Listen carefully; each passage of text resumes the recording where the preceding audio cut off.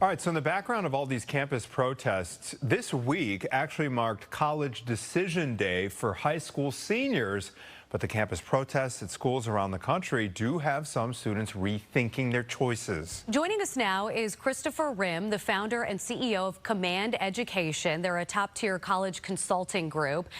Christopher, what is the feedback that you've been getting from families of students about these protests? And do you think it's causing students to rethink their university choices?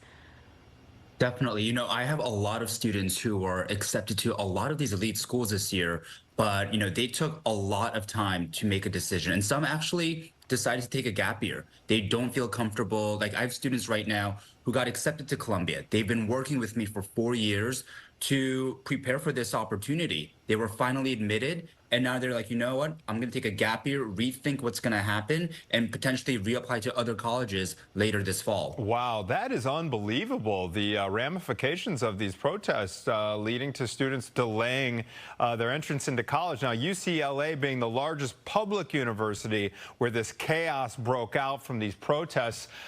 From your expertise point of view, what grade would you give the university in handling these demonstrations? It's a complete failure. I mean, it's an F across the board. I think that's really, the right to protest is, of course, encouraged, and everyone should have that opportunity, to stand up for what they believe in. But to physically attack their classmates for being Jewish, and, that's not the answer. That will never be the answer. And, I think people who really care about human rights shouldn't be selective with what causes they care about. And I think that's a huge issue. And the leadership at these universities did absolutely nothing to prevent their students, to really protect their students, actually, through this entire ordeal.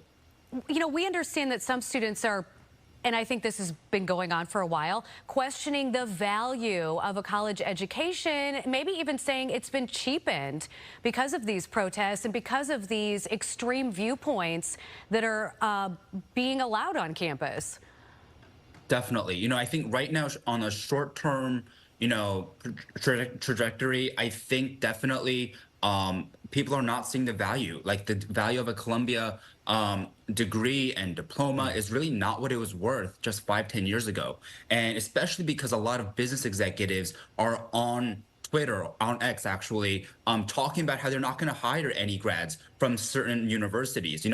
Why are you going to these universities? To get incredible jobs and opportunities for the future. But if they're not going to hire from these colleges, what's the point? But I do think in the long term, things will kind of go back to normal. I think a lot of this craziness will stop, hopefully, because at the end of the day, the education that's really given and the opportunities it provides for all families from all different backgrounds and income levels, can really be life-changing at the end of the day. Christopher, before we let you go, how do you see colleges, you mentioned folks taking a gap year, how do you see colleges and universities around the country changing perhaps policy going into the next school year as a result of all these?